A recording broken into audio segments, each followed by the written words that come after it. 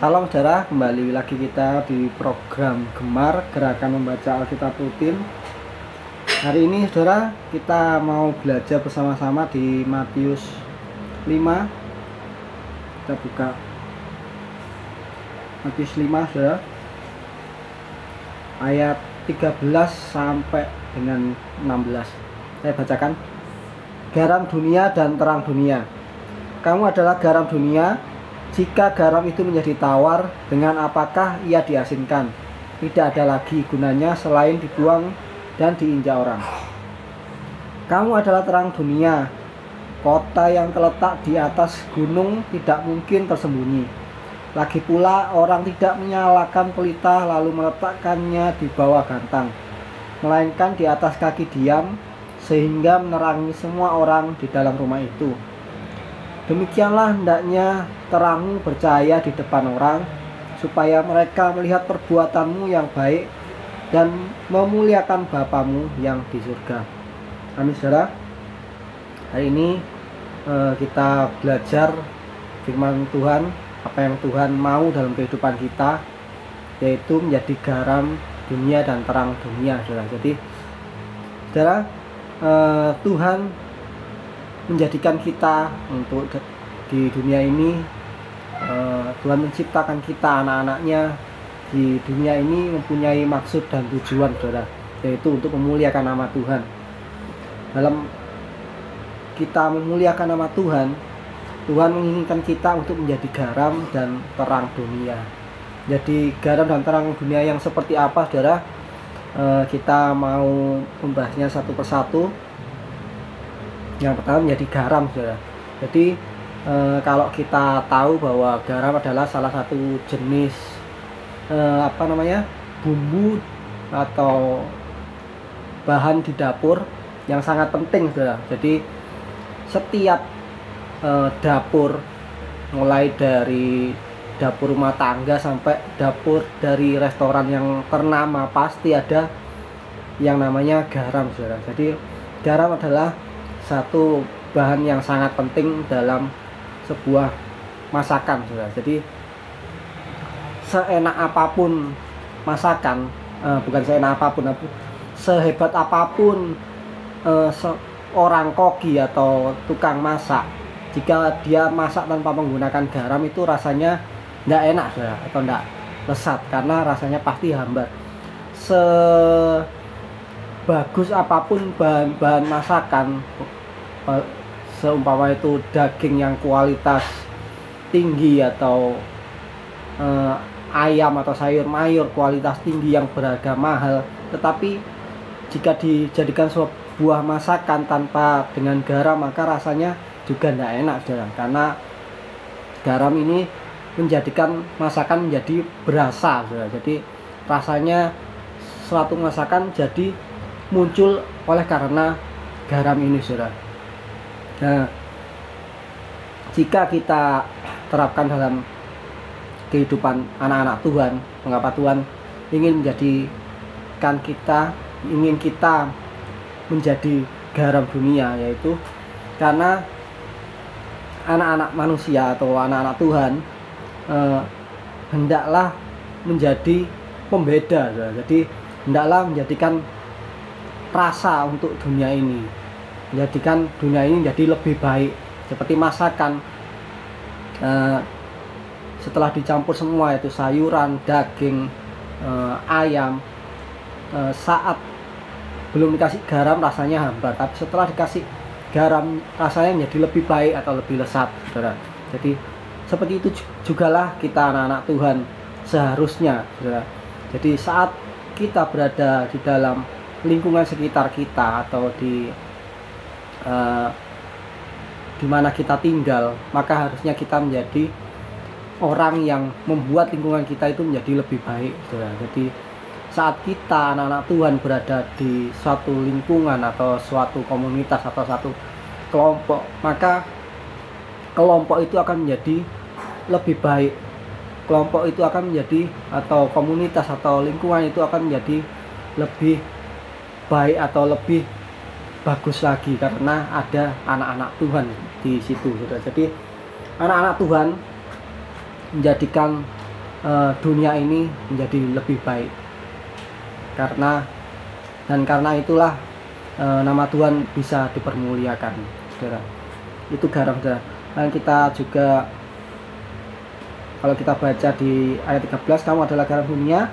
Jika garam itu menjadi tawar, dengan apakah ia diasinkan? Dan di ayat ini kita juga boleh belajar bahwa kalau kita yang seharusnya menjadi garam atau menjadi pembeda atau membuat yang harusnya membuat lingkungan itu jadi lebih baik atau lebih sempurna oleh karena keberadaan anak-anak Tuhan, tetapi kalau kita anak-anak Tuhan malah menjadi serupa dengan dunia ini atau menjadi sama seperti yang lainnya, seperti ya dunia ini, maka esensi kita atau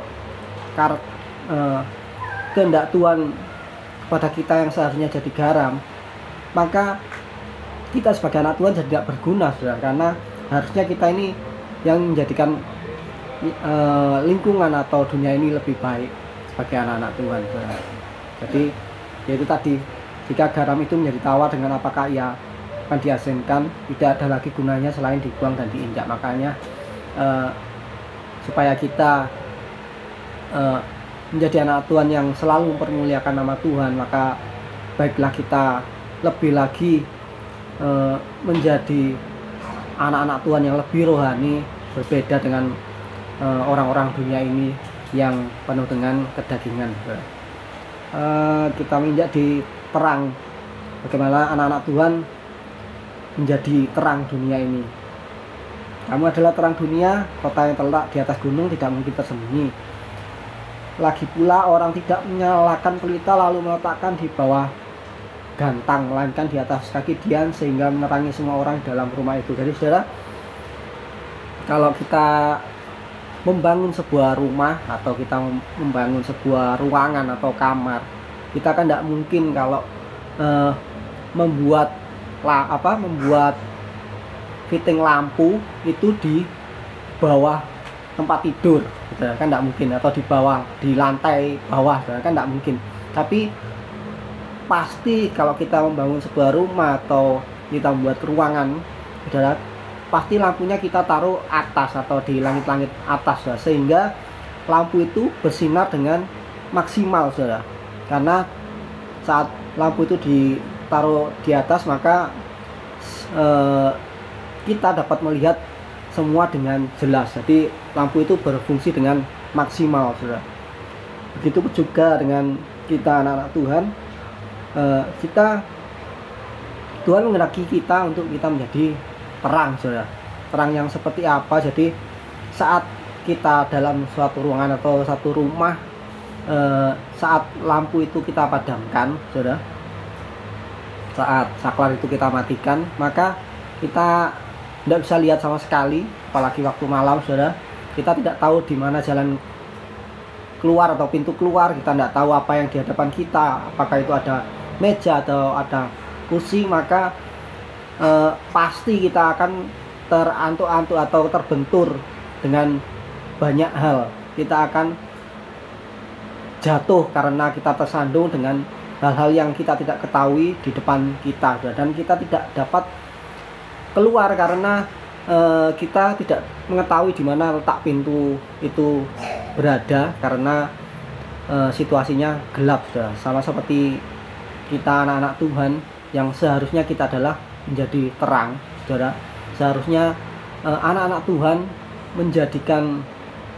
saat anak-anak Tuhan menjadikan dirinya terang, maka banyak